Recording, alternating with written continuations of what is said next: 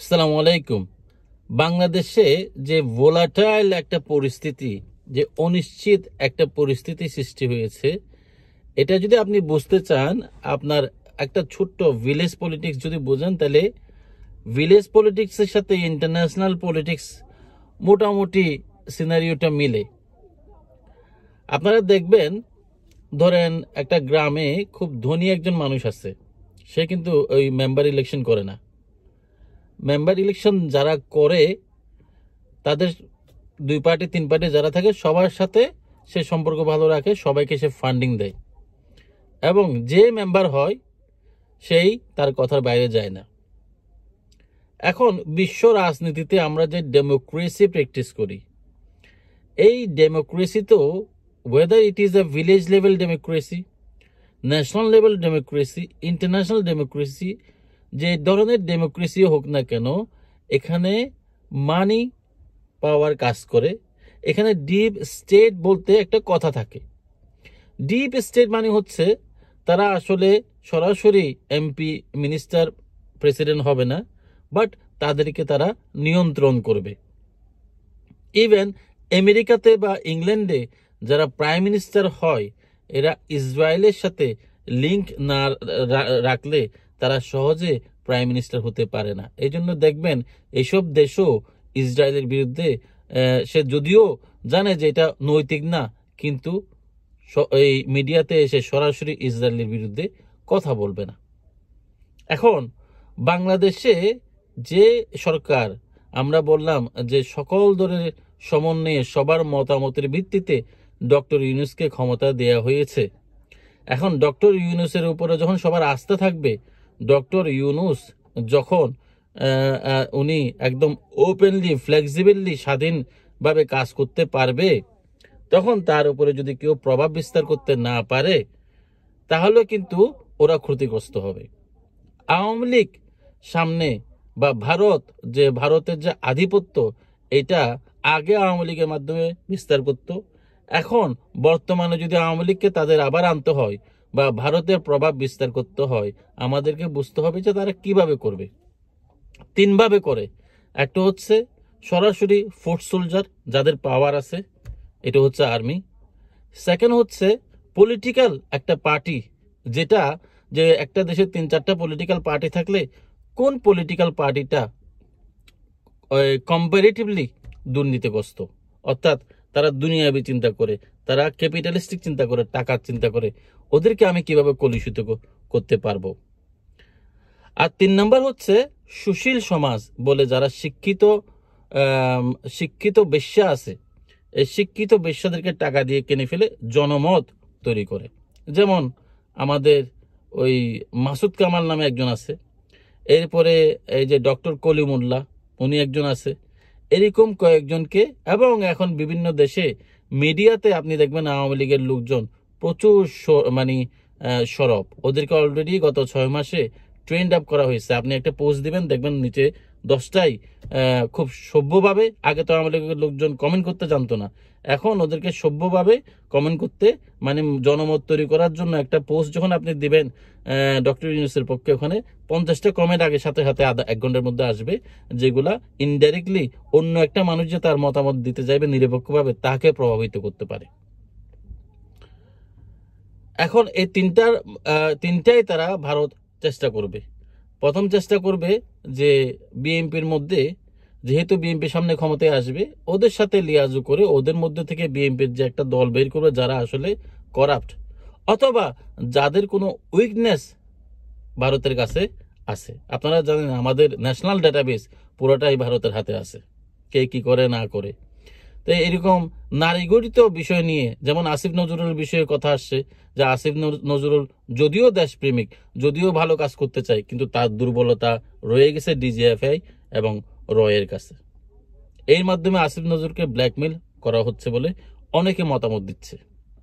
এদিকে আর্মিকে সম্পর্কে, আর্মির সেনাপ্রধান সম্পর্কে আমাদের 2 ধরনের মতামত। এক ধরনের মতামত হচ্ছে যে অনেকে বলতেছে যে আর্মি যদি আমাদের পক্ষে না থাকতো তাহলে আমাদের বিপ্লব সফল হতো না, সুতরাং সেনাপ্রধানকে আমরা বাহাবা দিতে পারি। আরেক ধরনের মতামত হচ্ছে সেনাপ্রধানের উপায় কি ছিল। এবং আরেক ধরনের অ্যানালাইসিস হচ্ছে সেনাপ্রধানের উপরে কি আসলে হাসিনা খুবই এখন সন্তুষ্ট? অথবা এই মুহূর্তে যদি আওয়ামী লীগ ক্ষমতায় আবার আসে, তাহলে কি সেনাপ্রধানকে ছাড় দেওয়া হবে? সুতরাং সেনাপ্রধান যদি এটা বুঝে থাকে যে আমাকে ছাড় দেওয়া হবে না, তাহলে কি সেনাপ্রধান আসলেই আওয়ামী লীগের পক্ষে কাজ করবে এই ডক্টর ইউনূসের বিপক্ষে গিয়ে? সেনাপ্রধান যেসব বক্তব্য দিচ্ছে, এটা কি আসলে উনি দেশপ্রেমে উদ্বুদ্ধ হয়ে দিচ্ছে, নাকি আসলে পাওয়ার কম্পিটিশনে গিয়ে ডক্টর ইউনূসকে হারাতে যাচ্ছে? এই বিষয়গুলা নিয়ে অনেকে বলতেছে সবচেয়ে বড় যে ভুলটা হয়েছে সেটা হচ্ছে যে ছাত্ররা একটা পলিটিক্যাল পার্টি তৈরি করে বড় দলগুলোকে চ্যালেঞ্জ করাটা ছাত্রদের সবচেয়ে বড় ভুল ছিল। এবং এই কাজটা অনেকে বলতেছে সেনাপ্রধান বা ডিজিএফআই তাদেরকে প্ররোচিত করে এই কাজটা করে বড় দলের সাথে সাংঘর্ষিক অবস্থায় নিয়ে গেছে। এই মুহূর্তে এই যে ডক্টর ইউনূস পদত্যাগ করতে চাচ্ছে বিএনপি এবং ছাত্রদের রাস্তায় আন্দোলনের কারণে, আমার মনে হয় যে এই মুহূর্তে সবচেয়ে যে বড় কাজটি করা উচিত সেটা হচ্ছে ছাত্রদের ঘোষণা দেওয়া উচিত যে আমরা এইবারে আর কোনো ধরনের পার্লামেন্টারিয়ান ইলেকশনে প্রতিযোগিতা করব না। আপনাদের মনে থাকবে আমি একটা লেখা লিখেছিলাম রাষ্ট্র সংস্কারের রূপরেখা। ওখানে বলেছিলাম যে আমাদের এখন আসলে 3টি সংসদ দরকার। একটা মেইন জাতীয় সংসদ, আরেকটা হচ্ছে একটা গার্জিয়ান লেভেলের 8 থেকে 10 জন বা 15 জন জাতীয় গার্জিয়ান, অর্থাৎ উচ্চ কক্ষ, তারা সরাসরি জনগণের ভোটে হোক অথবা সমানুপাতিক ভোটের মাধ্যমে হোক, একটা উচ্চ কক্ষ তৈরি করা যাদের মেয়াদ হবে সংসদের মেয়াদের চাইতে বেশি।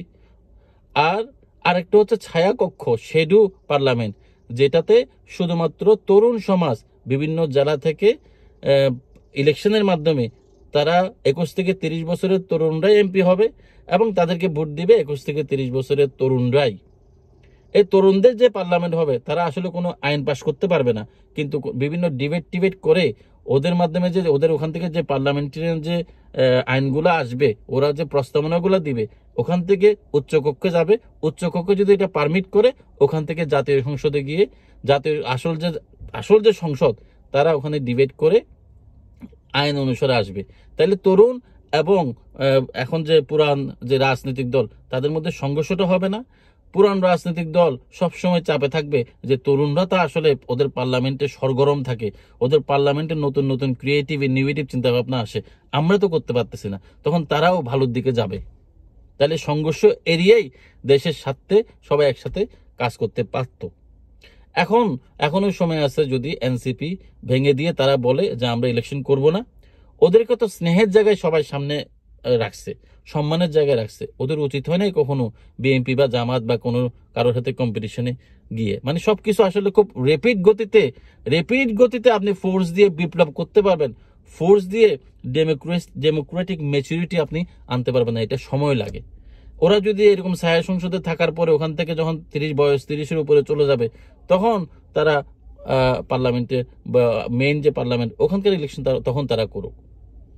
তো আমার মনে হয় যে বিএনপির সবার দায়িত্বশীল ভূমিকা পালন করা উচিত। বিএনপিও কিছু এক্সট্রিম লেভেলে চলে গেছে এবং এই যে সংশয়, একটা বিশ্বাস রাখা ডক্টর ইউনূসের ব্যাপারে, যে ডক্টর ইউনূসের উপরেও কিন্তু আন্তর্জাতিক যে একটা প্রেশার আছে, একদম উড়িয়ে দেওয়ার মতো না, যে এই যে করিডোরের কথাবার্তা যেগুলো আসতেছে, এগুলো একটা ম্যাস ক্রিয়েট করে, একটা নয়েজ ক্রিয়েট করে আওয়ামী লীগ ভিতরের পিছনের দরজা দিয়ে আসতে যাচ্ছে।